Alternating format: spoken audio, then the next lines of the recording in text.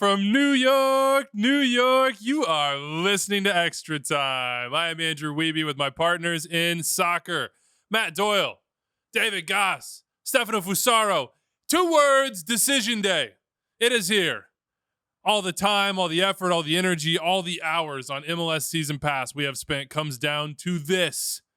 90 minutes. Orlando against TFC. Yeah. That's what we live for. Michael Bradley is what we're starting today's show with. No, we will give love to one of the goats of American Shout out soccer. to a legend. Yeah, this is what it comes down to. The regular season has 1 day left. All the Eastern Conference games at 6 p.m. Eastern.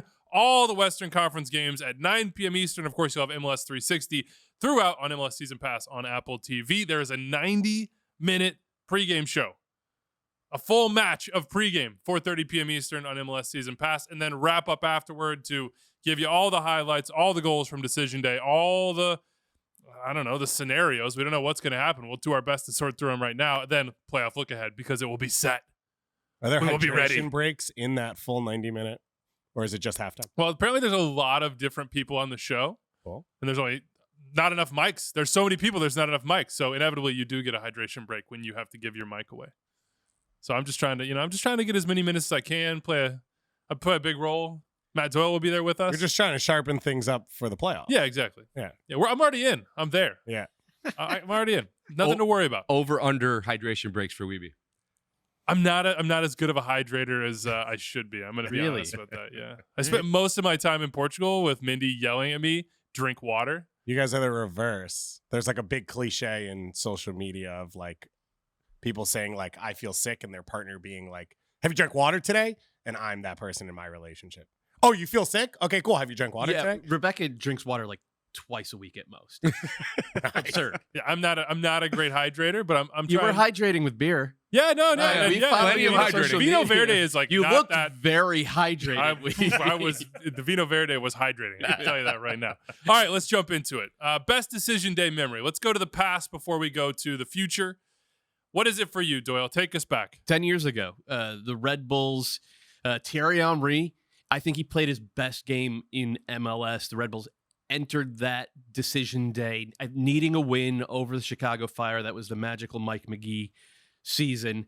They needed the win to edge out Portland in decision day. And the curse of Caricola was still a real thing at that point. For those who don't know, 1996, the first ever Red Bulls game, defender Nikola Caricola scored an own goal at the death, sort of set the standard for that team. They had never won a trophy.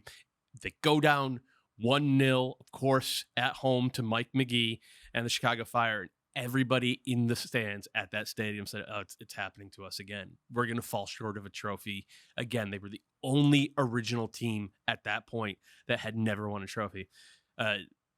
Thierry Henry answers with a banger 10 minutes later, and then he proceeds to absolutely dominate that game. He only ended up with a goal and assist, but he was the best player on the field by a mile. They won like 5-2, right? They won 5-2. Yeah. They won 5-2, and he turned that game on its head. And that was the first time I can ever remember seeing like real wild celebrations in the stands for the Supporter Shield. It meant a lot to that crowd. It was a full, sold-out stadium. We all know that stadium's amazing when they have a good crowd. Haven't seen a lot of that this year. And that, like, it was a big moment for me, first of all, because I had so many friends who were still in the stands. You know, I grew up as a, Metro Stars supporter. So seeing them all get to be happy, I had not ever seen the team do that for them before. So I was happy for them. But also because Henry understood what the moment was. And this was one of the greatest players in the world still at that point, in my opinion.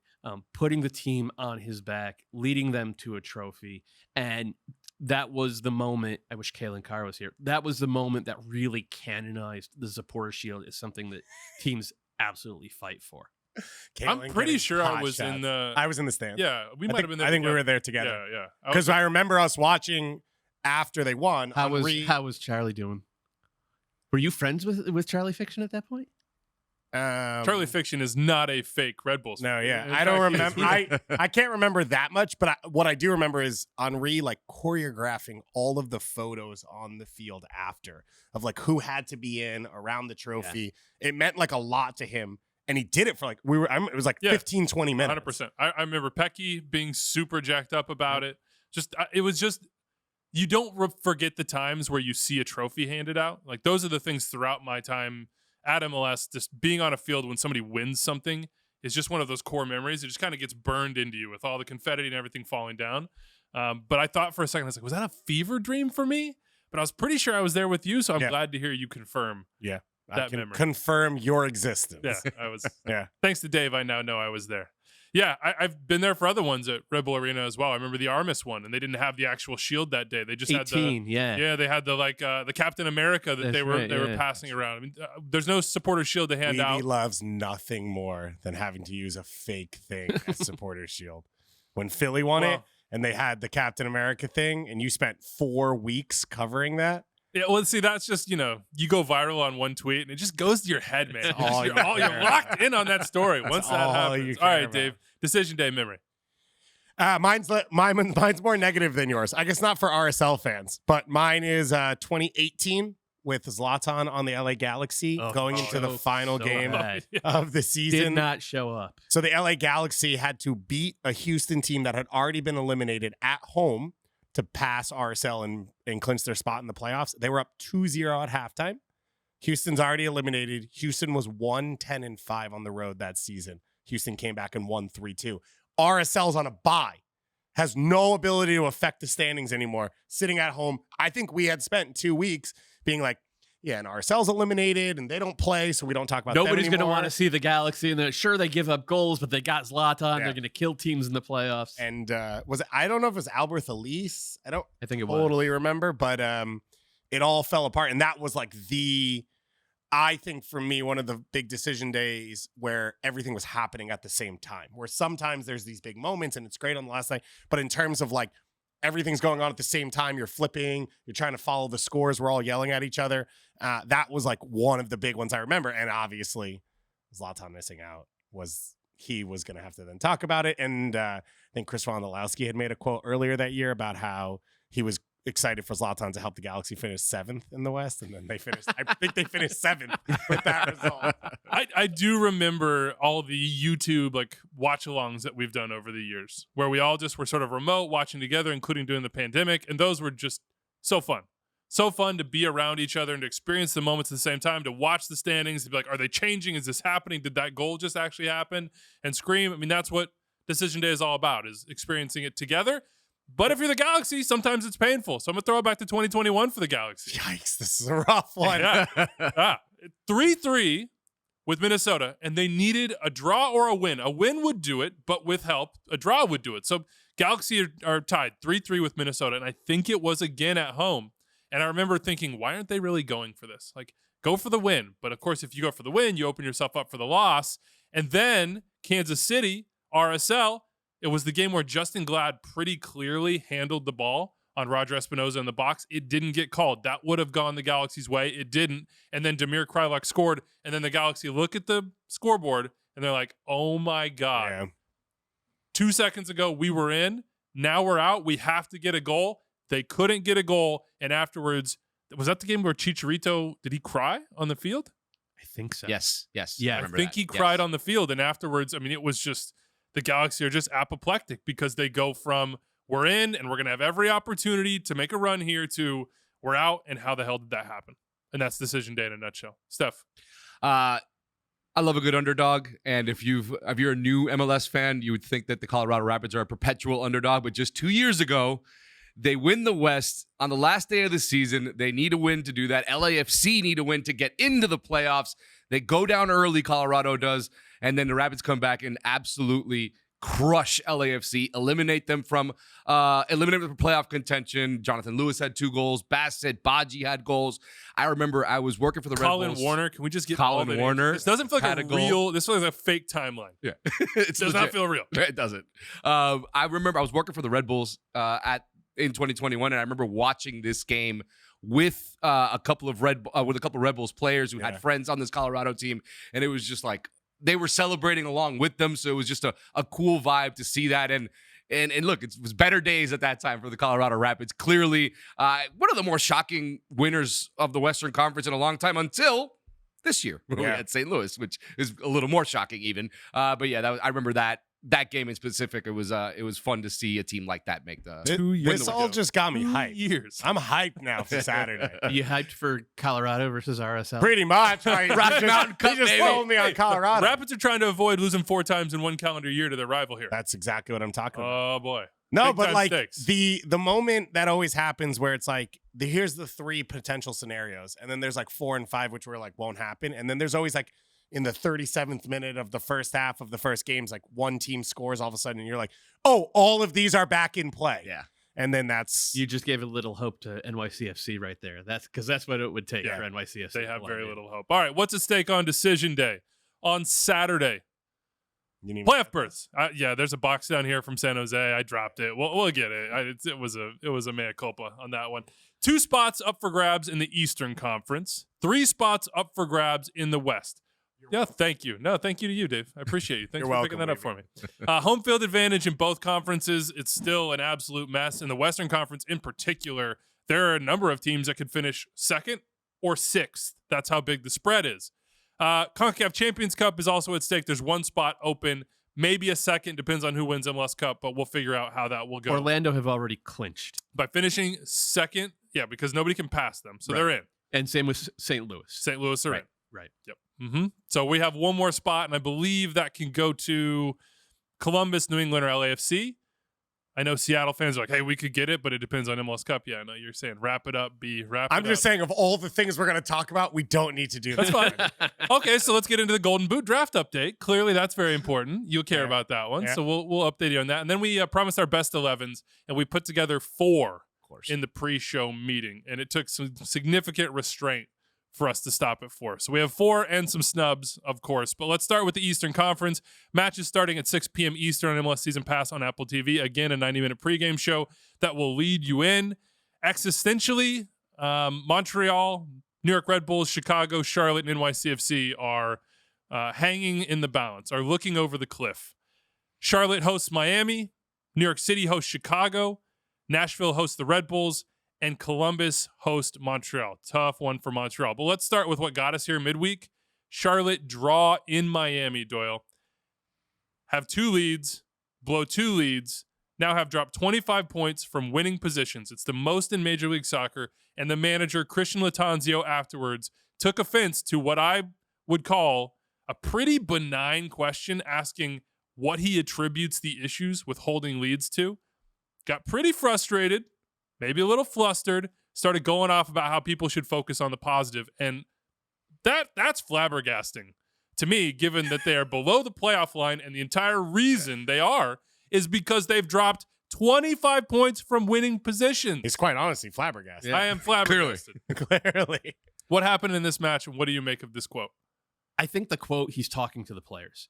Think so? This seems to me a good example of a coach trying to communicate to his locker room via the media, because a game like this where they had 2 separate leads and they coughed it up again, I think it could get a team down heading into what is a do or die final game of the season.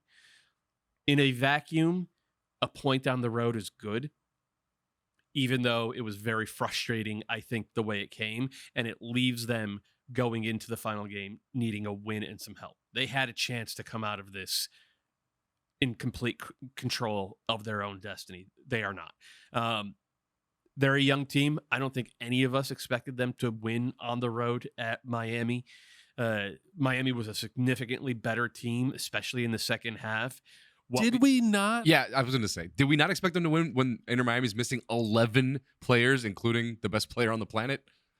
And has nothing to play for out of the playoffs? Did you really expect Charlotte to, like, you guys have watched Charlotte all year long? Yeah, no, you're right. Right? I'll withdraw that, but I will say one team looked more likely to win at the end. One team looked more engaged with trying to win at the end, and it wasn't the team. I think that's a little still bit, alive. I think that's a little bit of a misnomer because Miami had nothing to lose. Like, yeah, of course they looked like they were going to try and win. What else are they doing? Okay. You're throwing numbers forward. Robbie Robinson's And now if you coming off the bench. If you look at this, the way it lines up, now Charlotte are at home, Chicago's on the road, Red Bulls are on the road, Montreal are on the road. If Charlotte take care of business at home, and I don't think they will. I do not expect them to win. Yeah, no. But if they that was if building they up to something else, I thought. right, if they take care of business at home, then they're probably going to be in the playoffs. Yeah. And I think if you gave Charlotte that like if you set up this scenario at the start of the year and said, decision day, if you win at home, you're in the playoffs It's an eliminated team. against an eliminated team, I think they probably would have taken With that. Lionel Messi. Now, if you had told them Lionel Messi's coming back and he says he's going to play, might not have been as psyched. But as for what happened, Charlotte's been a mess all year long. Look, we haven't mentioned it a lot since it happened, but Anton Walk's his passing was a tragedy in the human sense, and that comes first. But also, he was a big part of that locker room. He was a huge part of that back line. The stuff that they did last year down the stretch, he was a huge part of that. He was a really good player, man. And they have not been able to fill that void all year long. And no one has suffered more than his center back partner from last year, Adelson Malanda, the very talented young French center back. And he's lost out there, both on and off the ball. It's been tough. Like, I can't imagine having to battle through something like that. So that's one. And then two is Christian Latanzio got, I think, way too cute all year long in terms of how this team would play. A 4-3-3 single pivot with the left back pinching in to create a 3-2-5-2. And now sometimes it's Andrew Privet stepping off the back line in the John Stones role. And so every time they turn the ball over, everybody's scattered to the four corners, man. Like, there's nobody getting instant pressure to the ball in midfield. And so if you give a team like Miami, which even missing 11 players has a ton of talent out, like Sergio Busquets, Diego Gomez, who Gregory started in central midfield on this one. They had Farias on one wing and Stefanelli on the other. Leo I just named like 5 full internationals out there. And oh, by the way, DeAndre Yedlin on one side, Kamal Miller. Like, Miami's still a more talented team. If you give a more talented team chances to break, chances to attack your young and still kind of lost center backs in transition, you're going to give up goals. That has been the story all season long. I expect it to be the story again on Saturday, except it's going to be Lionel Messi taking the center role. Adding one more thing with Miami, you have to outscore them. Swiderski coming back from Poland didn't start. I think that's a huge factor of like, this is not a super dangerous attack without him. And the reality in the attack for this team has just been they've got 15 wingers that they hoped would be relevant to them. They all have hit for 40 minutes over the course of 2 months, scattered throughout the season. Kerwin Vargas had his 40 in this game. And that's great. If Swiderski's in, they probably win 3-2 with Vargas playing, like somehow finishing and creating. If Swiderski's in and they're playing a 4-2-3-1 with him under Capetti, and that has actually been the big if all year long, because Christian Latanzio, yeah, it's fair, but like Capetti or, Ajiman, like whatever, a true center forward, like that was what they did down the stretch last year when they were very good. That is when they have been at their best this year. And Christian Latanzio has resisted going to that very simple, very stable sort of default formation, which I think would have helped them in attack by putting, getting Swiderski on the ball more, but really helped them in defense by uncomplicating and uncluttering all of the roles. It's like plug and play. All right, one quick question before we dive into the scenarios here. We're talking about Messi.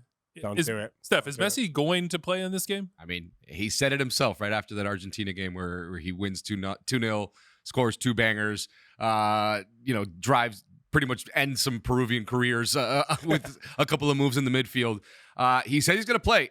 Does it make any sense? Not really. The team is out. He's going to be playing against Charlotte on the road. It's, I don't really see why he's going to do this other than he wants to play one more soccer game because he loves playing soccer before going. He loves decision day. Obviously, that's exactly why he's trying to play the execution. It felt like seeing him on the side or in the crowd on Wednesday of like, he's at his limit of like, I can watch from the crowd. Like, he wants to play, I think. Of course. And clearly he has control over the situation. By the way, did you guys see the kid jumped onto the field in the Peru-Argentina game to try to take a selfie with Messi, and Pedro Gaese, legend, takes the kid's phone launches it. So like good. you are absolutely not doing that. So good. He also gave Emmy a fist pump as he was walking by Emmy Martinez, which I thought was great. By the way, you see Messi. Messi gets to the game, is on the sideline. What are we thinking? David Beckham sent the private jet to pick him up in Peru and drive him back, or he had one of his own ready to go? 24-hour turnaround. He was Pretty there quick. less than 24 hours from kickoff in Peru.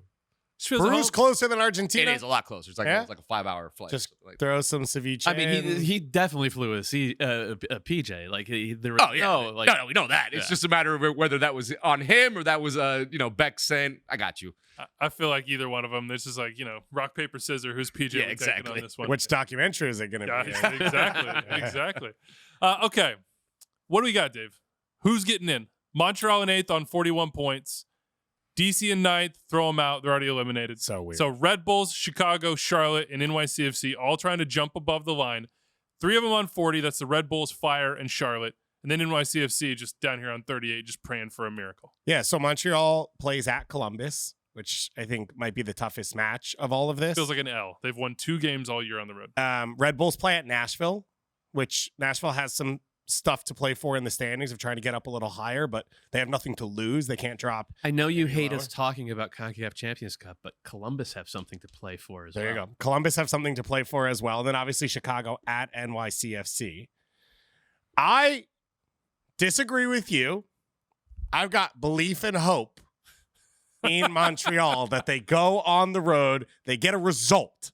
So they get a draw, they move to 42 What points. makes you believe in that scenario when the last match between these two teams was in Montreal and Columbus shellacked them 4-2? You learn from your mistakes. Got What it. makes Got you it. believe Got it. that the Red Bulls are going to go to Nashville and Nothing. score I goals? don't believe that What at makes all. you believe that Chicago or NYCFC are going to find any difference No, I between don't what they believe. do? So I have Montreal going and getting a draw and Charlotte getting a home victory and making it as the 9 seed. So Charlotte would jump to 43. Montreal will be at 42. Yeah, the sorry, Red Bulls. other way So the around. Red Bulls losing, Yeah, drawing, doesn't matter. You lose or- I have Red Bull on draw and Chicago Okay, NYCFC on draw. yeah, so then it'd be 41 points for them, and yeah, we'd have Montreal and Charlotte in, with Charlotte hosting a playoff game.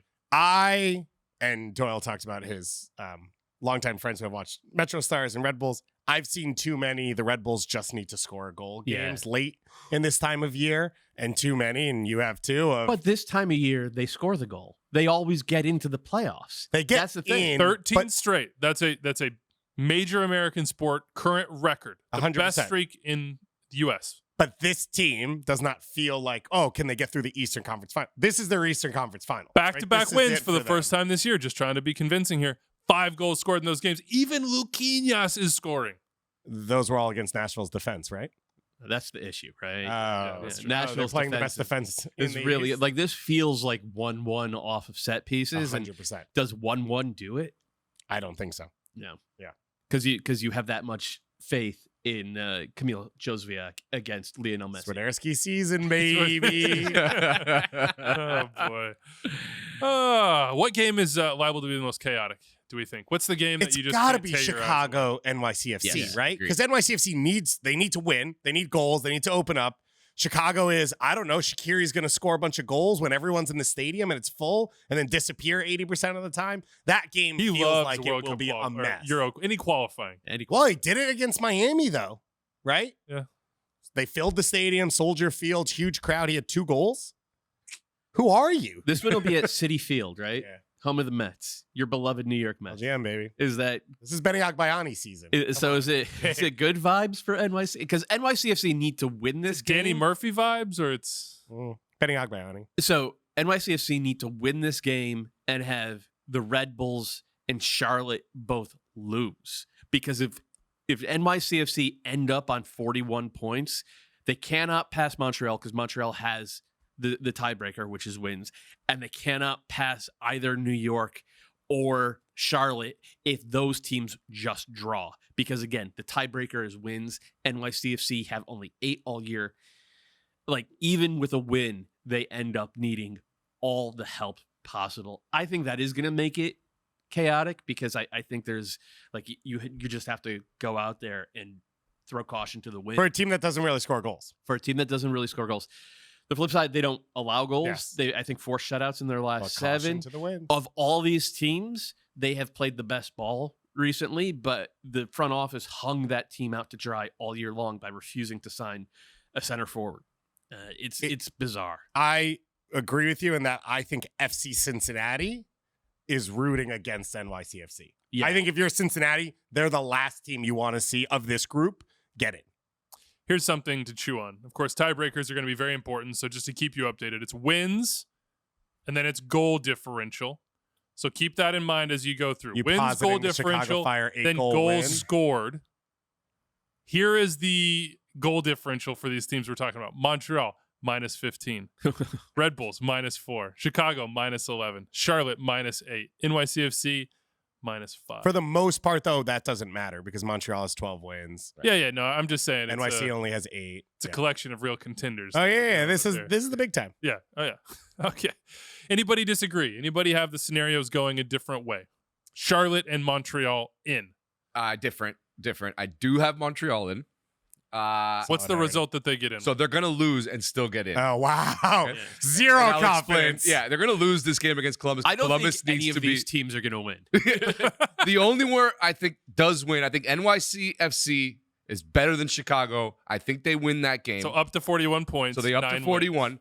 Nashville, Red Bull get a draw at Nashville. Yep. I think they get that. That puts them up to 41 as well. Inter Miami beats Charlotte. No confidence in them. Messi's back. He's going to probably have a hat trick, and they win that game.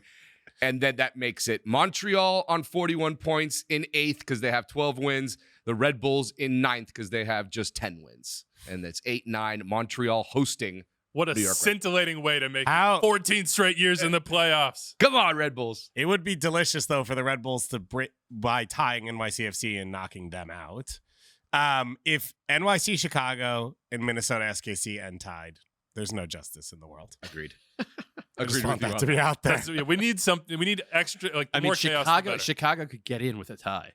I think if you offered Chicago a draw right now, they would take it. I have zero confidence in that Chicago No, team. you shouldn't. Zero confidence. It'll And- be interesting. The one point I want to make, it'll be interesting because NYCFC is going to be all over the ball, right? They'll probably have 60% possession, and Chicago, they're more comfortable in that situation. Like they're trying to be Nashville, like really deep block, 4-2-3-1 and go. The other thing with Chicago, I think their biggest weakness defensively, as many as they have, is actually winning 50-50s in the box. And NYCFC, even though they have Picard, they're not really I agree. put the ball in the box. And so it doesn't really fit NYCFC's game model, but they're also a much better overall team than Yeah. Chicago. And so that's like the question mark in that game. Okay, let's move on to seeding in the Eastern Conference. As we've Wait, stated. what did you Yeah. only us two put it Whoa, down? what? I'm Huh? Yeah, where are you guys? flabbergasted that we did not make it. cannot believe that the grand tradition of Doyle of voting predictions Yeah. does not carry on. I've got. Come on, I think Portugal Charlotte are boy, going to get. I let's think go. Charlotte are going to win. What? I do. Wow. I think Wow. It's, I, After some all blind of the confidence. whole I, Yeah, talk. I have no confidence in that. There's no confidence in these takes. So I'll go Charlotte up to 43. That basically means that New York City are out because now they can't have the tiebreaker. No, they are out. Against Montreal. I do not think Montreal will win. So Montreal hold on 41 points. And then I think that inevitably it's just going to be draw season. So New York at best. So you have draw Charlotte and Montreal in in. Nashville. So I have Charlotte and Montreal. Wow. And you have Charlotte hosting. I do. And what do you have? Let me look again. All right. Montreal's going to lose. Red Bulls are going to draw. Chicago's going to lose. Charlotte's going to draw. And So- NYCFC is going to win. So everybody's going to end up on 41 points. This is than the so So five. you I have like this Montreal and scenario. Red Bull in. I have Montreal and Red Bull in. All right, so we're okay. There it is. All right. It has been stated. Middle table versus out of the Hold us to these takes. Yeah. For sure. Betting against all these teams to win, I've never felt more confident. Yeah, okay. So if everybody loses, well, not everybody can lose. This is the right? battle. NYC It has to and be somewhat, Chicago. yeah. After Yeah, we're almost there. After Patrick Schulte's picking Matthew Chouinier's hat trick goal out of the back of the net, you're going to be laughing in all your faces. Well, let's find out where Chouinier is on our best 11s, Dave. Let's see if you stood up for your boy. Oh, good call. I forgot Let's about see if you that. did. We'll just see. Seeding. We talked about the CONCACAF Champions Cup spot. Columbus is currently in pole position for that one. So if they can finish atop basically better than New England and LAFC at this point, they will automatically qualify. And then you will still have a possibility for one more team to qualify depending on who wins MLS Cup. We don't have to get into that. The 4 games at stake here, New England hosting Philly. So head-to-head there right now, Philly 3rd, New England 5th. Columbus hosting Montreal, of course. Cincinnati hosting Atlanta, and Nashville hosting the New York Red Bulls. There's a lot of different iterations here in this. Philadelphia can finish 3rd, 4th, or 5th. Columbus can finish 3rd, 4th, or 5th. New England can finish 3rd, 4th, 5th, or 6th. Atlanta can't actually jump into the home field advantage zone. It's only 5th, 6th, or 7th for them, and it's the same for Nashville. What are we watching closest here? What's the best game? The one that's going to have pure decision day energy. My feeling is Cincinnati-Atlanta, because Cincinnati's going for 71 points, which would put them tied for 3rd with the Red Bulls of 2018 for the best regular season of all time. Only 3 teams have ever topped 70 points. And they have nothing to lose. So I think they start Bupenza, they go out, they attack, they're open. Atlanta gives up a million goals, but also they've been really fun to watch going forward. So I think overall, I think that game and that experience is going to be really fun. But I would say New England Philly is the most like playoffy preview, probably feels more like a playoff game. Don't the Revs feel like a dead team walking right now, though? The Nashville game felt like the Revs had given up on the season, and then Chancalay was the best player on the field in the second half, and Heel's probably the best player in this game, and that kind of pulled me back a little bit. But the back 3 with Omar and Romney and They're just such a mess. Kessler was atrocious. Yeah, with I guess it was Ema at left wing back. It was Yep. brutal. And it's not going to get any better. It doesn't feel like it. No. Where does this end up? Who gets the 2 home field advantage spots? I mean, that's what really matters here. Philly, there's no chance Philly falls below New England. They'd have to lose to New England by 3 goals or more to fall under 4th. So to me, whether it's 3rd or 4th, Philly's locked in. Philly's a home field team in the first round. I think Columbus get it done. Columbus, Montreal's a good matchup for them. I think they will take care of business at home. So those 2 teams get those 2 spots. I like, can Nashville climb? Yeah, Nashville can climb over the Revs, can't they? Who do you want to avoid in the Revs, Atlanta, Nashville zone? Nashville.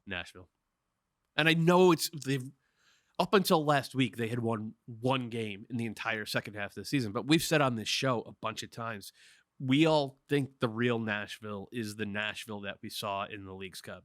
And now having 2 weeks off during the international break, being in a position where they're healthier, where Surge has started to score goals, who would want to face this team? Yeah, 100%. Whereas, look, Atlanta on paper and on grass or turf is the most talented of these teams, but they give you goals. They let you play. And like, not just like you have to really play through them, but like you can walk up the field and they're playing a high line and they don't put any pressure on the ball. So you just run over the top and you can score a goal that easy. Like we saw Lionel Messi do it, and everybody's like, oh, look at how Messi is exposing how bad these MLS teams are. Bernard Kamungo then did it like literally the next time they play. It's like, it's not, you don't have to be the greatest player of all time to score this exact goal against Atlanta United. By the way, some news around here. Dax McCarty will not play on decision day. He is suspended for Nashville. So Smart. Get that suspension out. Yeah. Meanwhile, at the top, that's a veteran move. Cincinnati and Orlando are sitting back watching just to see who they will get in that first round. Cincinnati seeing who finishes in the 8th and 9th spot, and then Orlando looking at the 7th spot thinking, I was thinking they would want New England. But TBD. We'll see. Anything else to add in the Eastern Conference? Are we talking MB 90 or are we going? Yeah. later? Michael Bradley, before we get to the Western Conference, Michael Bradley announced his retirement this week, 36 years old, a 19, 20-year career, the last remaining Metro star, Doyle. A lot of Metro Stars mentions on this. Has now hung up his, he's got one more game, but he will hang up his boots. 287 MLS games for Toronto FC, 151 caps for the U.S. men's national team. That's 3rd all time. Played in 2 World Cups, scored a boatload of goals against Mexico, massive ones, including at the Azteca. Metro Stars, Aaron Veen, Borussia Mönchengladbach, Aston Villa for a hot second, Kiev Verona, Roma, and then Toronto FC. Just an incredible career all around, a trailblazing career, a guy that was a starter in Major League Soccer as a teenager before that was in vogue, certainly. Then went to Europe and made it happen. I still remember desperately searching for a Michael Bradley Aaron Veen Hart jersey for like 3 years. Iconic kit, yeah. Getting updates on Big Soccer at the time and otherwise about the goals he was scoring. And then he was doing interviews in Dutch. And then he moves to Germany. He's doing interviews in German and playing for Mönchengladbach. And then, of course, making a career in Serie A and starting in a place that wasn't sort of a traditional power at all in Verona, because whatever happened with Aston Villa or Arsenal, if you guys remember that, he was supposed to go to Arsenal and Kim Kallstrom, I think. Yeah, Kim Kallstrom took the spot. Oh, all right. I was following his career very closely. He's my favorite USMNT player of all time. He blazed trails, and he did it his own way. And he, at the end of his career in particular, was a really strong voice for important things that are very important. Social justice issues. Yeah. When it came time after the Pulse shooting to show allyship and solidarity, this is in 2016, he wore the rainbow armband in the game. And not just wore, if I remember correctly, worked with U.S. Soccer over the course of about 24 hours to get it. It was his idea to get to it wear made. the rainbow armband. He did it even though at the time in this country, any athlete who took a stance for social justice was immediately in the crosshairs of a certain segment of the population. He did it anyway. He did it in Copa America. This wasn't just a friendly. He wore it with pride. He was a great ally then.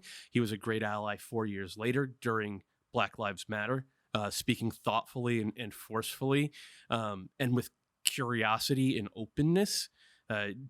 His good friend from that Toronto team for a good long while, Justin Morrow, talked about how supportive Michael Bradley had been for the Black Players for Change movement in MLS. He did everything with his position and his privilege that we ask for from our athletes, from our heroes. I think he's 10 years younger than me. I look at him as a role model for how he has conducted himself pretty consistently over the course of his career. I wish him all the best. As soon as I tweeted something out, there were a number of people in my mention saying future national team coach one day. It wouldn't shock any of us, right?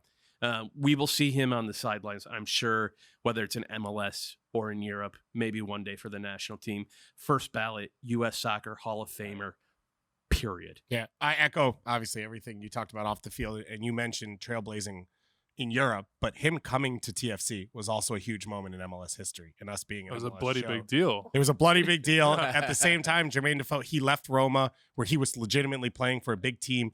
He came to create something new. The USMNT captain going to Toronto as well was always this weird thing. I look at what they created in Toronto as one of the big moments in MLS of club relevance in a major market, and then showing what an MLS club could be at the highest levels. He obviously was a big part of Josie Altidore coming over, and then them being able to win and continue to push things into CCL and what they did. As a soccer player on the field, I think part of your fandom is he was good at everything, and he had worked so hard at his game, and he flexed in and out of a lot of different roles in Toronto. Obviously, and for the national team. Yeah, and for the national team, 2014, that was a whole train wreck for him. And he persevered through a lot of it. But the TFC teams that he was the backbone of, that he helped create, facilitate, I think a lot of players came there towards the end of their careers just to win because of the culture that he had helped set. We sat down and spoke with him a couple times. It's always an incredible conversation. You're introspective for us because he's sort of pushing you at all times. But I don't think Major League Soccer is what it is without the decisions he made in his career, and then the way he guided it and sort of pushed things, and wasn't just like, I'm a player and I'm not part of this. He's always been very hands-on for everything. Before I give you a chance here, Steph, to just air out whatever you got going, I want to jump in on what you said about Michael Bradley as a player. For me, what really sort of locked me in on Michael Bradley was, one, we're the same age, so it was relatable in a way to look across and be like, oh my God, look what he's able to do, things that we weren't seeing other people do.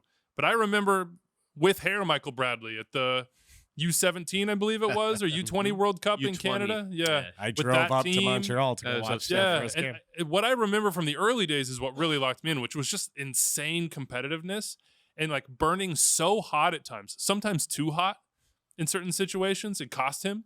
But you could just see a dude that was like, I am so locked into this, and I care so much. And that was something that I couldn't help but look up. I just was like, that is it. That's what I want. He was suspended for the Confederations Cup final in 2009 because he picked up a red card against Egypt. I want to say. It was, Yeah. So that competitiveness. The He does not seem like the easiest hang, right? Like he seems like like a great player, a huge not the easiest hang. Yeah, without a doubt. Look, I mean, you guys kind of touched every point. I think that celebrate him not just as a player, but as a human, and what he's done for social justice issues in this country at this level as well. I think it's just huge. As a player, obviously the iconic goal of the Azteca is one of the most awesome moments. The Slovenia goal as well is huge. I remember him so clearly when playing at Roma, and just like him being like, wow, like an American dominating and being that good at a club like Roma in Serie A. I remember just being kind of in awe of that. You know what I mean? We really hadn't seen that many players have that type of success at that point yet. And so, it was just, I remember him for that goal in the Azteca, really getting me into this team. Really like, oh wow, okay, this is cool. This guy can do this from that position. So many good things. It's a man to be celebrated, like you said, on the pitch and off the pitch as well. Now there are going to be, of course, people that say, "Hey, you should be mentioning Kuva here as a primary point of his legacy," and we should, and it is a part of it. Yeah. And I give him credit for being one of the ones that truly stood up and talked about it. But it's not just a Michael Bradley thing. It's a Jurgen Klinsmann. It's a Bruce Arena. It's every player in that squad thing, though he was in a leadership position. There are people that will say he shouldn't have come back to Major League Soccer, that he shouldn't have gone to Toronto FC at that point in his career. To those people, I say, nobody cares what you think generally, like especially the players. Like he had to make that decision. And yes, he made a boatload of money in doing it. And congratulations to him for doing so. I am in favor of American soccer players like having independent wealth off being great at their craft. Like that's a cool development in this country, and it's not a universal one at all. He chose something different. He chose to make a legacy, and like that's a personal choice. The choice was to go to Toronto, where it was a dumpster fire, objectively so, like the worst club in the league, and turn it into a power. And he did it. And it's kind of sad now that he leaves back at that other end of the spectrum. Yeah, no, it is. But the pathway to getting back exists for them, and when he arrived, I don't think anyone thought that it did for Toronto. Right. Yeah, it took a massive lift to make that club into what it was the back half of the last decade. It doesn't feel like it'll take as much of a lift going forwards, and that's part of what Michael Bradley built. As for Kuva, look, he didn't ask to play 1v3 in central midfield. That was the coach's choice. Bet you this was coming up. Yeah. That was the coach's choice to go on the road and play a 4-4-2 wide diamond with only one true central midfielder when all you need is a win, or all you need is a draw. You didn't need to go out and win that game. So there was world historically bad coaching at the start of the hexagonal, and then there was world historically bad coaching at the back end of the hexagonal. And Michael Bradley, he was the one who stood up in the locker room after that game and was willing to talk, and not many other players on the team. And took the booze along with Josie in particular, coming around all these Major League Soccer stadiums afterwards. And, look, fans had a right to boo, and I said it at the time. I still believe that. Absolutely they do. But, that's not easy. Simon Borg's about to come through that door. He's like, I will boo you right now. Yeah. Speaking of, that was a little trauma from Doyle there. We had, it was bubbling Get up. That out, yeah. John Herdman used the word trauma, this week. It's John Herdman's first game, the final game of the 2023 Do not talk about season. this. Move on to the next thing. Do not talk about TFC. He said they're stitching it together. Do not they're talk trauma. about it. No, the only thing we got to tell TFC is build him a statue. Build him a statue at the Hall of Fame for Michael Bradley. Build him a statue at the Hall of Fame. Build him a statue in Toronto. He deserves it. It's an interesting legacy because it's not just purely American soccer. No, you could look at you could look at the Canadian soccer, men's national team qualifying component. and a lot of players 100%. in the Toronto area. All right, Wild Wild West time. 2 different races, just like in the East. One for 3 playoff spots that 5 teams could pick up. Those 5 teams are the Portland Timbers, FC Dallas, San Jose, Earthquakes, Sporting Kansas City, and Minnesota United. And then there's a seeding battle from 2 to 6 that is like shuffle the deck, and you could end up essentially anywhere. I think only LAFC are ensured that they will have home field advantage in the first round. And St. Louis. Oh, yeah. But they're chilling. They're hanging out. All right, let's start with the folks trying to survive. Final 3 spots, it all kind of hinges on one game. which is kind of awesome, but potentially disastrous if that game doesn't go the way we want. Sporting Kansas City, Minnesota. One of those teams has to win. A draw does absolutely nothing. If this is a draw, then it'll be Portland, Dallas, and San Jose in whatever order they end up in based on their results. So, as neutrals, we need a winner. We need Kansas City or Minnesota to win. We need the pressure to be put on Portland, Dallas, and San Jose. At the very least, we need one of Kansas City or Minnesota to be leading so that the scoreboard watchers on those other benches are like, oh my God, push. Yeah. Go get goals. Go make this interesting. Sporting Kansas City, Minnesota, the best game in this bracket here. Who would you rather see in the playoffs, Dave? If you could choose one of those two teams for the results to go a certain way, for one of them to win, for them to get in the playoffs, who would it be? Whew, that's a good question. I guess I would probably say Minnesota. Or sorry, I wouldn't want to see Minnesota of the two. You don't want Minnesota as in the a playoffs. neutral. No, if I'm a better No, we're team talking in the about one- neutral Yeah. here. Oh, sorry. Yeah. No, I thought you were asking if I was a team in the top no. of the West, would I want to get in? No. No, I'd rather, as a neutral, I'd rather watch Kansas City right now. Yeah. Really? Yeah. I thought this was the Babello Reynoso table. No, Right? this is the Alan. I thought Alan Polito was all. You guys put him on every team over my guy Zhao Klaus. Samu Puki's rolling in saying, hold on now. I Yeah. just scored 4 goals. Yeah, I'd rather watch Polito. You got a than new Pookie. coach. Yeah, no, it's a different style. Yeah. Where's Bongi Hive in all of this? He's in You've always been a Brooklyn big with box jet out guy. towing. It's not my problem. Yeah. I would rather see Minnesota. Yeah. I'd rather see Minnesota, but I'm a big Adrian Heath guy, so I'm a little upset at Minnesota. So I did not pick Minnesota to win There this you game. go. Okay. Just pick with your heart. It always works Yeah, out. it for always you. works, right? How's this game play out, Doyle? Because everything hinges on this. So we might as well start there. Yeah, Kansas City have been a good team after the first 10 games of the season. They're a good team because they keep the ball. They stopped turning the ball over in bad spots, which in turn stopped exposing their center backs who lack a little bit of pace. So they force you to take risks in certain parts of the field, and then they're still not a high pressing team anymore, but they do. Once they win the ball, they start knocking it around and can pull you apart and make you defend across the width of the pitch and not just in the central zone. If Kansas City can do that with Polito dropping in and becoming a playmaker and those wingers crashing the box from various angles, I mean, I think they'll carry play. I think they'll put Minnesota under a lot of pressure. And even last week or 2 weeks ago, Minnesota was winning 5-2. They still gave up 2 goals, man. Yeah. The flip Now, side, Kansas City won 3-2, up a man, and right? they still gave up. Yeah, that's the thing, right? Like That's why this game could be so fun. Yeah. just 'cause it the thing could. is- It feels like it's going to be a high scoring game because even if Sporting KC don't turn the ball over in bad spots, Reynoso's so good he could carve you open anyway. Like we're looking at these 5 teams that we're talking about: Minnesota, KC, San Jose, Dallas, and Portland. All have pluses, all have minuses. Only one team has a guy that I think could go into the playoffs and be the best player in the entire league for a month. And that's Minnesota United with Emmanuel Reynoso. And now with Pookie and Bongi and, a few of the other attackers as well, like they Say don't his name, Hassani Dotson. Sonny Dotson. They don't have to take such wild risks with their fullbacks pushing them upfield in order to create something. So this could end up being 3-2 or 4-3. Like this could end up being the game of the day. And it could also end up not mattering because Portland's at home versus Houston, and Houston's a better team, but Portland's been great lately, and Houston's not great on the road. Dallas is at the Galaxy, and Dallas have not won much, but the Galaxy will give you 5 goals, like without even thinking about it.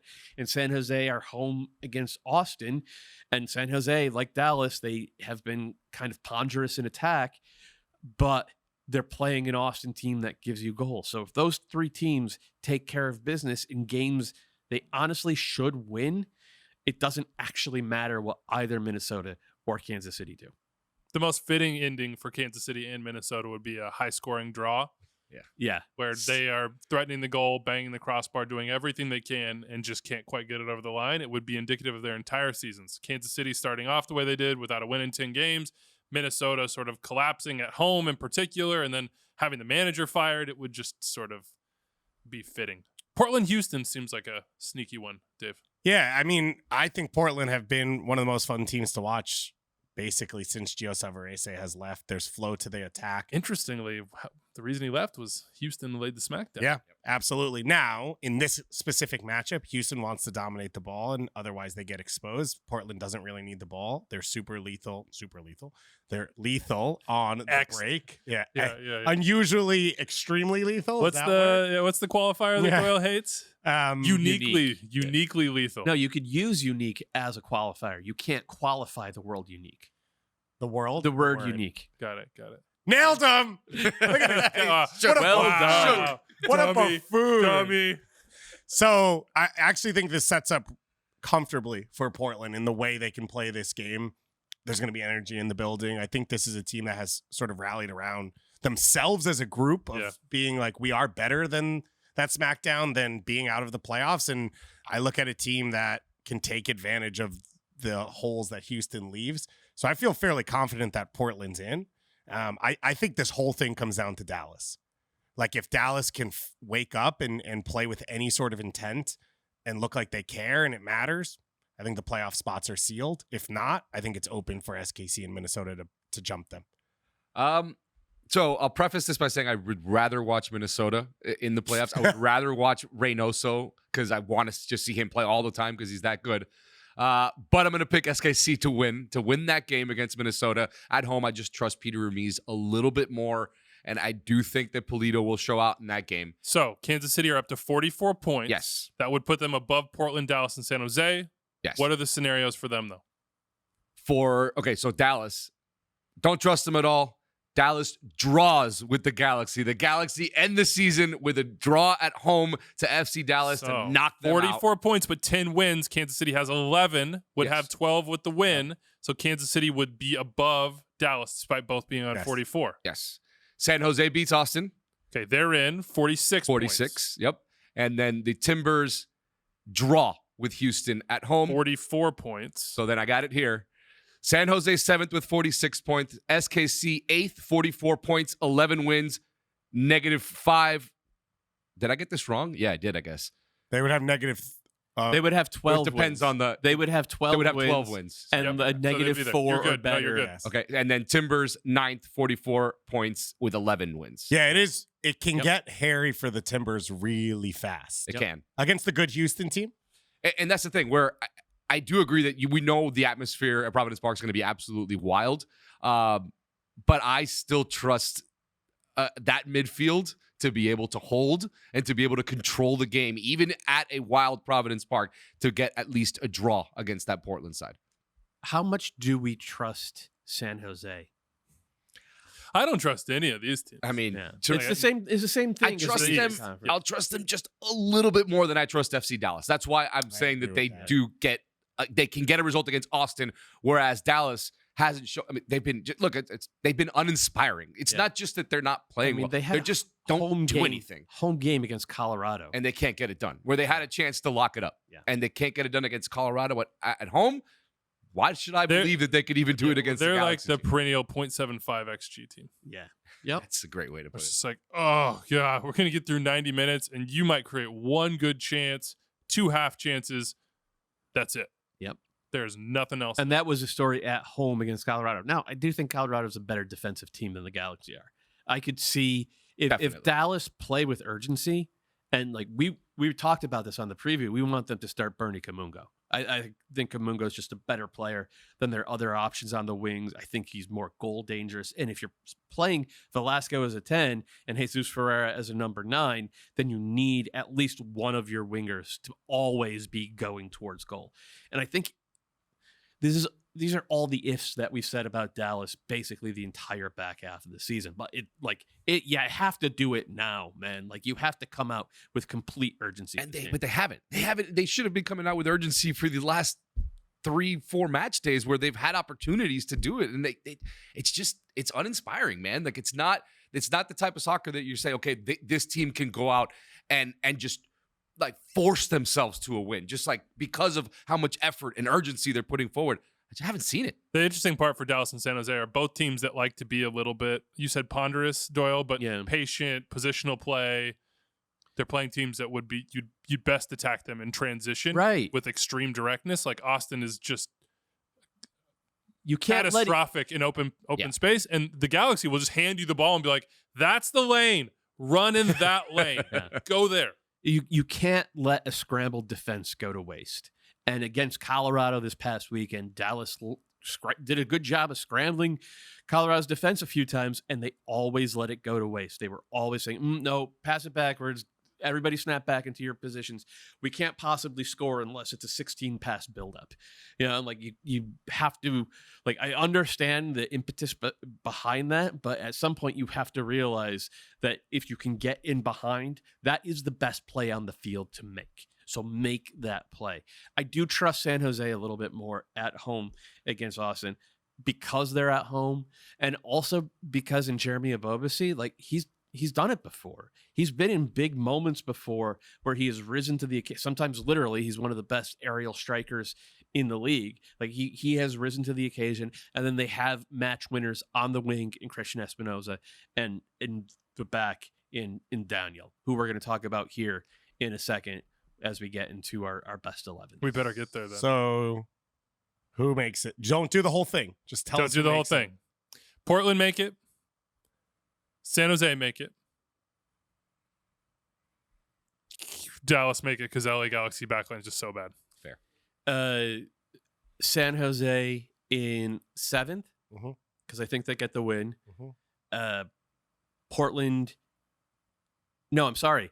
Minnesota in 8th. I think they go to Kansas City and Reynoso plays an absolute blinder and Minnesota gets the win on the road. So they leapfrog Portland in 8th. I think Portland get a draw against Houston and finish 9th. Yeah. Okay. I have Portland, San Jose, and SKC in that order. We've got everybody has different orders, basically. I like it. I love it. Somebody's going to be trying. Well, at the end of the day, look, it's set up for Dallas and San Jose with the two teams that they're playing. It's set up for them. It might not be the most fun that we want to see, but Dallas and San Jose, if they don't get it done against the teams that they're playing, as we've been saying, they clearly don't deserve it. Yeah, it's on them. No doubt about it. All right, final 3 spots, seeding in the West.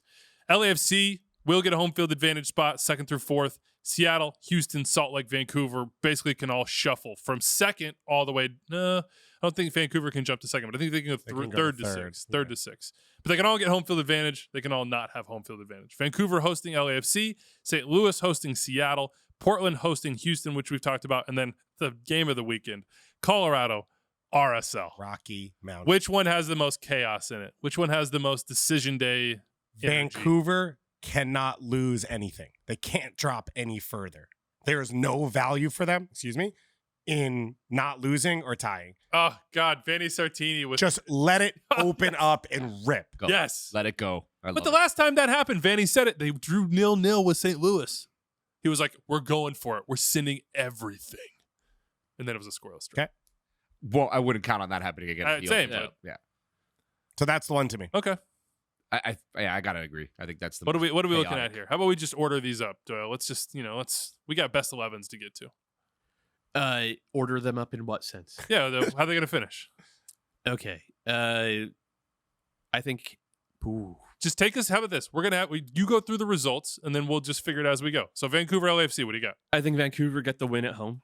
50 points for Vancouver. Working LAFC on 51. Class We've got Vancouver jumping performance. up the table. Right now, depending on goal differential, They're in 3rd. They're in 3rd. Continue.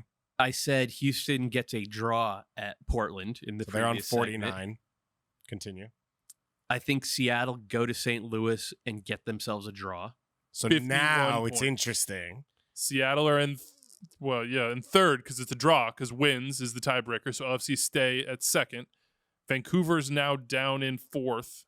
And Houston Houston's in Salt 5th. Lake. Now the Rocky Mountain Cup decides all. And because nothing ever makes sense, RSL goes on the road, beats Colorado for the 4th time this season, and does so without Ruiz or Chicho Arango. So a win for RSL. So basically you have everything stays the same except Houston drops all the way to 6th. And everyone else stays in the same order.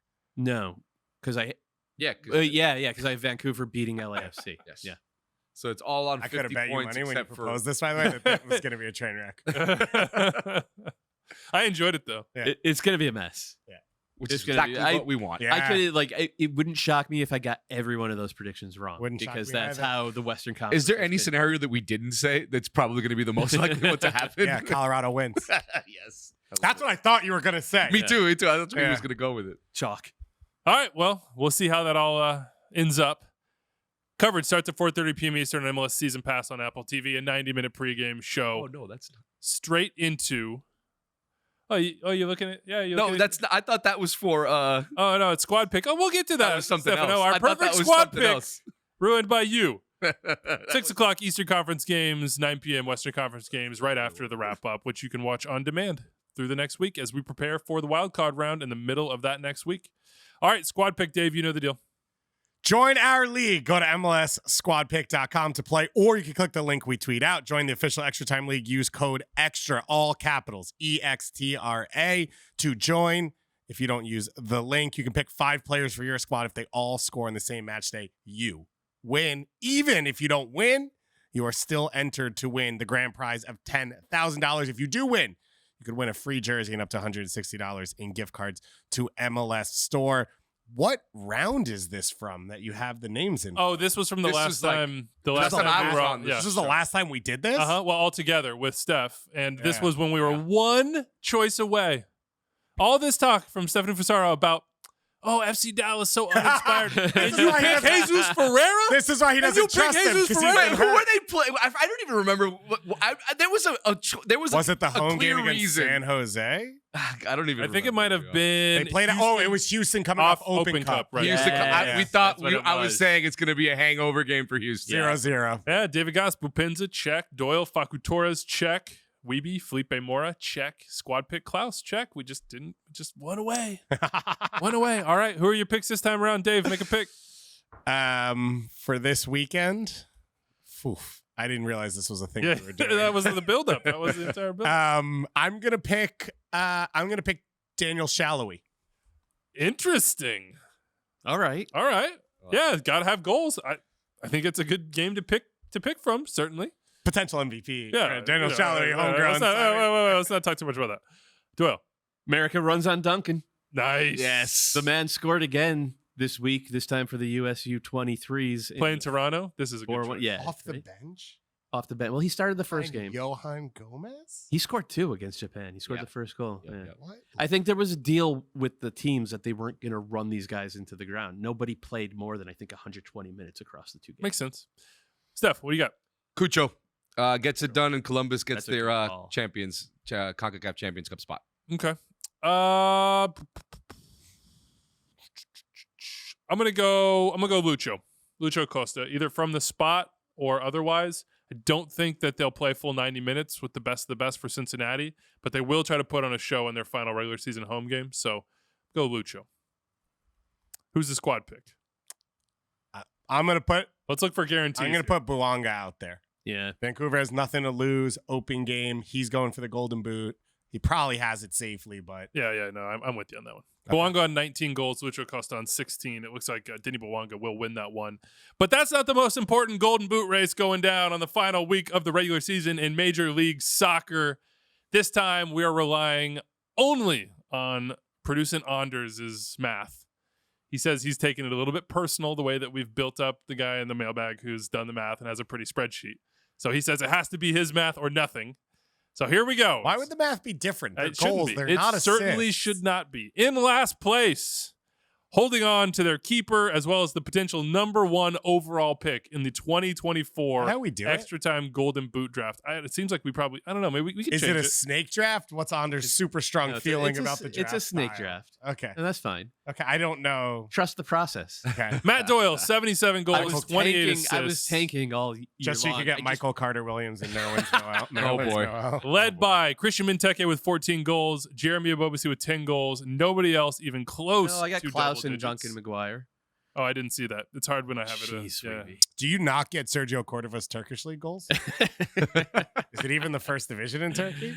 Oh. In third place, Andrew Wiebe, 81 goals, 43 assists. The Greek god of goals, Georgios Giacomakis, has really done me right this year. I had a lot of guys right around the 10 mark, and then some disappointments. Sam Surridge has not really done what I was hoping for, though he is starting to get in form, but 81 goals. Looks like I'll have the second pick. I would love if anyone else did this out there, because we have gotten a couple messages, what the numbers their teams finished on. Like, I'm curious how many, average, Yeah, I'm curious if we did at all. Yeah. Underperform, perform properly. Not so sure about that.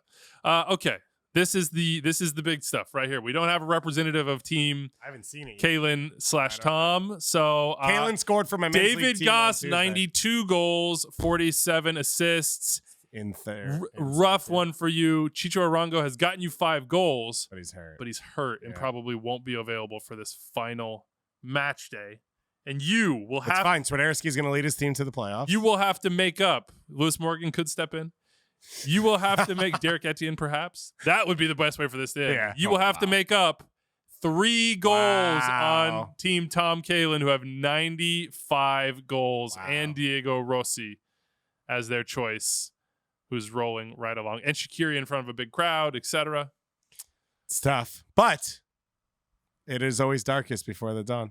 Decision day. This is what we live for. It's pretty incredible what Team Tom Kalen has done with Sebas Ferreira getting 0-0.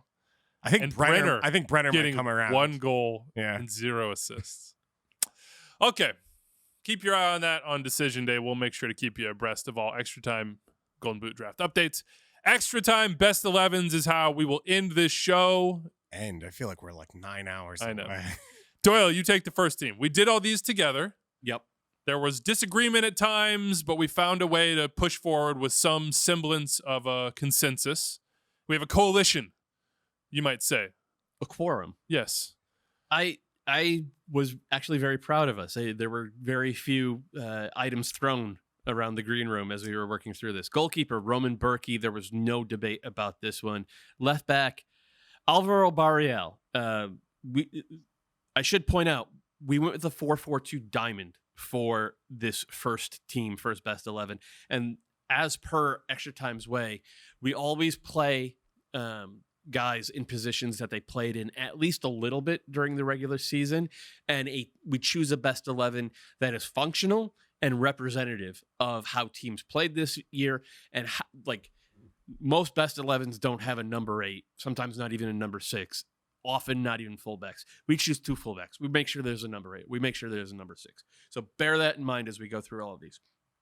4-4-2 diamond, Berkey in goal, left back Alvaro Barrial. We're playing with a back 4. Cincinnati played almost exclusively with a back 5 this year, but a wing back is functionally the same as a fullback in the modern game. Barrial's left back. DeJuan Jones is who we went with as our right back. He has played a lot of right back this year. He is primarily a left back, but we were willing to fudge it just because he is one of the 2 best fullbacks in the league right now. The center backs, Matt Miazga and Robin Janssen. We had this debate on Monday's show about one of these 2 guys should win MLS Defender of the Year.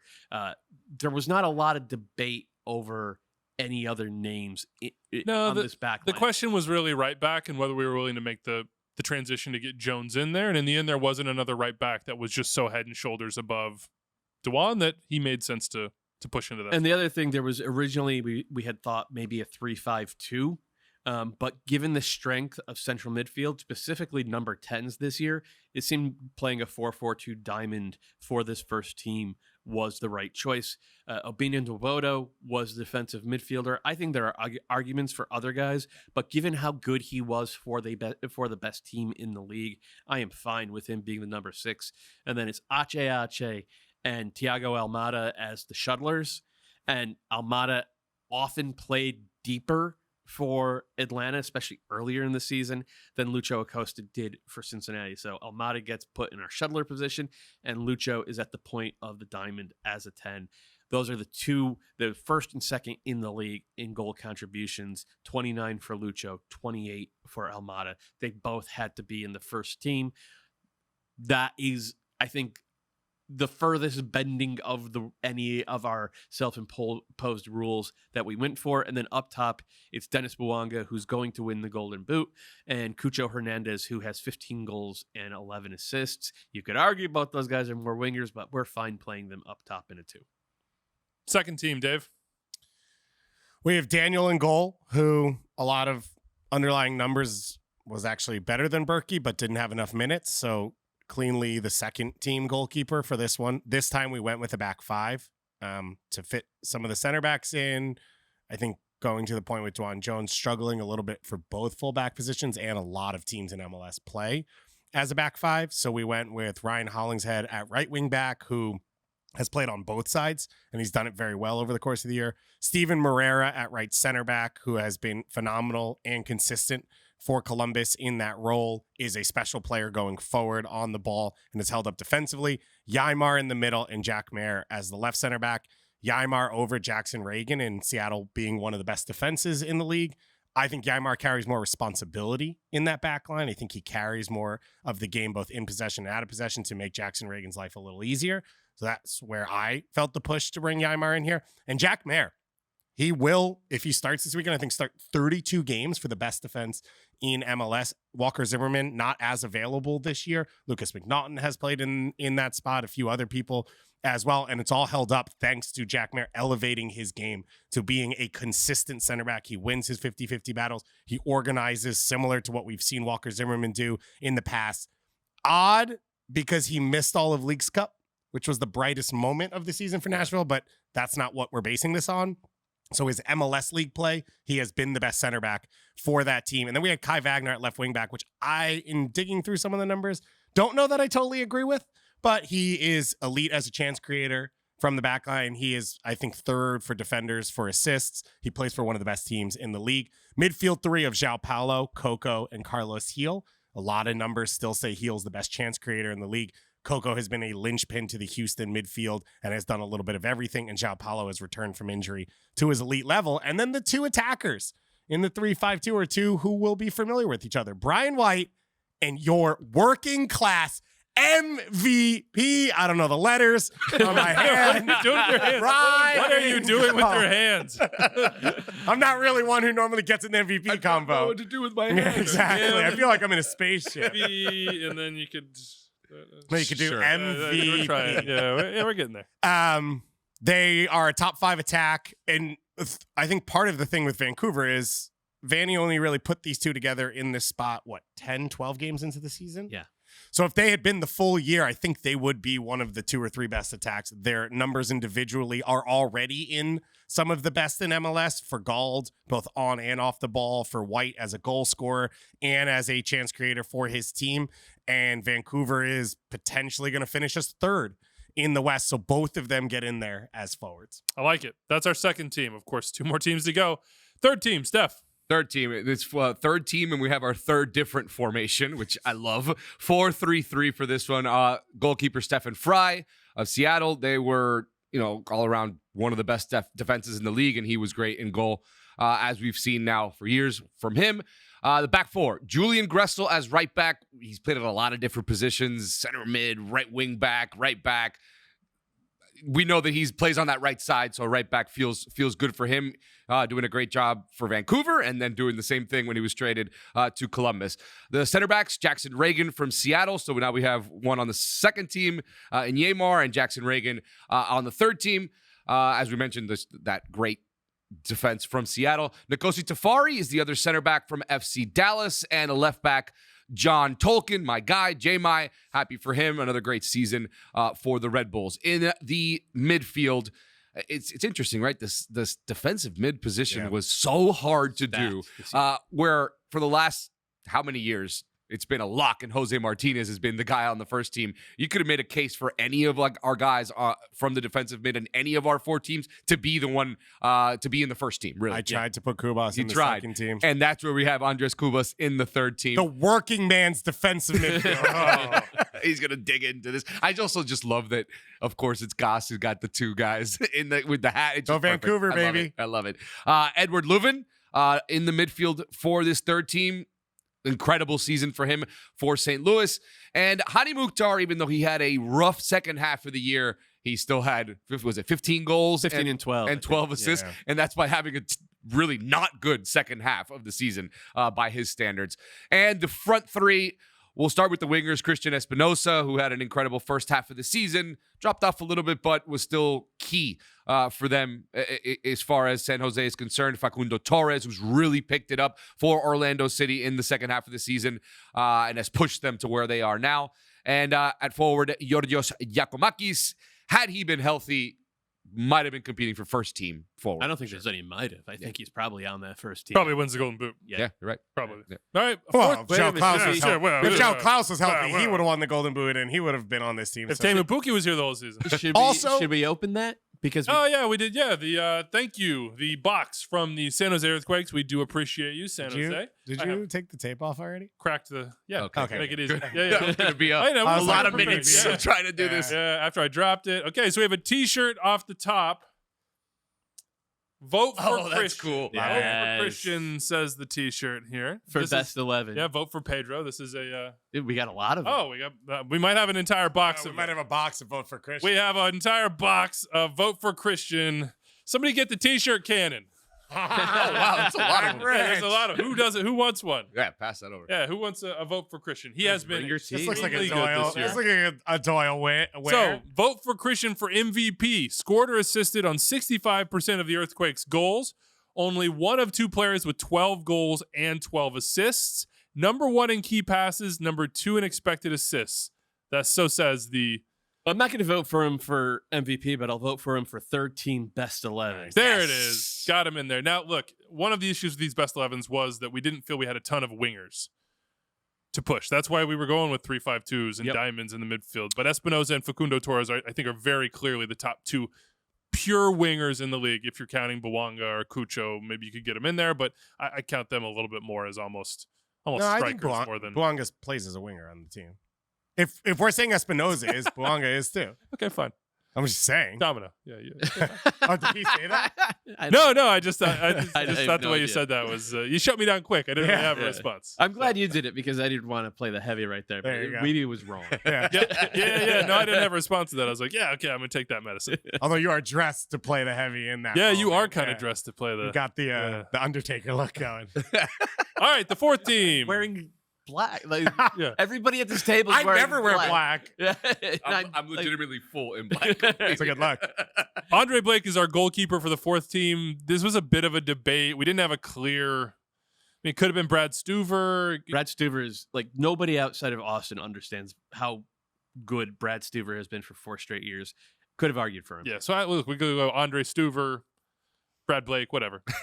Right back, Brooks Lennon. I wanted this one for many other best 11s, was not allowed until we hit the fourth team, but Brooks, 4 goals, 10 assists, not exactly a defensive. He's not the Undertaker, let's say, for opposing attacks, but he's very good going forward from that outside back position. Sean Nealis, Jakub Glesnes are the center backs. Left back, Daniel Lovitz. In the midfield, this hurt us to have Artur all the way down in the fourth team, but he's in our fourth. Also, Aiden Morris, Cesar Araujo in the diamond here, and then Daniel Gazdag is your attacking midfielder. Then up top, 2 forwards, Alan Polito and Christian Benteke. What are you shaking your head about? Pretty much the whole thing. I'm ready to pick apart all these What? teams. I thought we did this in the meeting. No, It you seems good. guys ignored me. Okay. All right. Who's your snub then? What's your snub? Well, so for starters, I think Julian Gressel is one of the best players in MLS. I think he's phenomenal, but he played more than half the year with Vancouver and the entire time as a center mid. So I don't know that he gets to be a right back That's based off. third. It's the third team, Dave. Oh, I'm not allowed to be upset about the third No, you can team. be- you can we be just upset spent about the it. time to build the team. Who's a better right back? John Gallagher, I thought had a better year than Brooks Lennon. But both of them are attacking options as fullbacks. I think João Klaus, even with the injuries, He played deserves 1,200 minutes. João Klaus. He played Yeah, for the 1,200 best expansion team of all time. Yeah, but the where he expansion, was most of the like where he many was of the moment- leader. Was he more How effective? many games did they win to start the year? Was he more effective on a per minute basis than Nico Gioacchini? I don't know. I think he probably was. I just Okay. wanted to Yeah. see if- Teemu Pukki had 10 in 950. Stop. That's when it didn't matter when João Klaus played right off the bat, led this team so that they could have a lead on the points the whole He season. got to play and more play than from 1,200 minutes to be best 11. Maybe. The other one I had was I thought Jose Martinez over Cesar Araujo in this fourth team. Okay. It's a fair shout. Any snubs from you, Doyle? Ricky Puig. I know we tend to avoid guys from losing teams, and the Galaxy are nothing if not a losing team this year. But he is just the absolute best in the league at progressing the ball upfield. He puts his attackers into such great spots. He doesn't bring much defensively, but in terms of making an attack go, I'm not sure there's a better player in the league. And to not have him on any of the first 4 teams feels a little rough to me. Like the most important thing in our game is putting the ball in the back of the net. The second most important thing is getting the ball to the spots where people can put the ball in the back of the net. I mean, there are some data folks who would argue that I have them reversed. Like getting the ball into those spots in the first place is actually the most important thing. And like Ricky just does that at a higher level more consistently than anybody else in MLS. Steph, you got a snub? Leo Messi. I want everybody. Just kidding. Yeah. I want everybody to know Just that kidding. Wiebe is creating a list right now As we speak. in the document. I just wanted to have Messi on a list that was snub because that'd be the first time he'd be on any type of list Yeah. of snubs. Look, we had to pick. Klaus only played 1,200 minutes. How many minutes did Messi play? don't get me started with my Reynoso take if you're going to take Klaus. Yeah. No, look, we had to pick one. Jesus Ferreira was without Jesus Ferreira, FC Dallas is down at the bottom. Down bad. Down bad. Yeah, exactly. Down So yeah, Jesus Ferreira was, a snub. I guess he had, I think it was 12 goals on the season. You could argue him over Benteke for sure on that fourth I do team. think so. Yeah. I mean, Benteke Believe was that. very good for, it's almost like Ferreira and Benteke were their whole teams. Without either of those two players, those teams would be at the bottom. Oh, DC's already kind of there. But anyway, yeah, that's where I'm picking. I'm going with Ferreira. Here's my list. Karol Swiderski, Julian Carranza, Evander, but most of all, Mathieu Choinière. Justice for Matthew. Justice for Matthew. Yeah. No, MLS But he's All-Star. going to get his justice in a hat trick in Columbus on decision day. Quick Mathieu Choinière story. Calling a game in Montreal this season, and me and my analysts were discussing, the absence of Choinière in that game. He wasn't playing, and how much are they missing Choinière in that midfield? And if you have ever been in that stadium, the players that are injured actually, and I didn't know this, sit right in front of the booth. And we start talking about it, and Choinière just goes, Yes. he goes, Always "Hello." locked in. He was listening to everything we were saying. It's a field awareness for Matthew. Yeah. He knows what's going on knows. He's a around good him. player. Yeah, for sure. All right, that's it for us. Decision day. Going down on Saturday, 4:30 p.m. Eastern is your 90-minute pregame show on MLS. Did you Season not Pass make a on case Apple for Jackson TV. Reagan at any point on any of the 4 teams? He's there. He's there. Third He's in team. there. I said it. Yeah, third team. Did you? I thought. Oh, Steph did the third team. I was Yeah. like, I thought you did the No, third. he Even did if I Yamar. did. I even gotta if tell I you, did, David's been off all day. We did the match previews this morning. Well, he showed up yesterday. I Shared did his show up video. yesterday, and then I had to go watch I can't believe that. my on the wrong Liberty day. lose on in game 4 of Is it? Is that it? Is finals. the Liberty got you shook? Yeah, they handed it away. Wow. I had to watch the Aces celebrate for the second. Do you guys all straight have Maria in your I ear don't saying know, that but she's saying that David's been off the entire week. He hasn't even come back from Portugal. That's what this is right now. wow. No one's in my ears. And I came back sharper. Maybe, possibly. We I gotta just end feel, the show. I just feel We gotta happy. end I the just feel happy for Dave Get outta here. to at least be able to see a finals at his building. Ah, All right, that's it for us. 4:30 p.m. Eastern pregame show. 6 o'clock is the Eastern Conference. 9 p.m. Eastern is the Western Conference. And wrap up afterwards, all on MLS Season Pass on Apple TV. Adios. Enjoy Decision Day.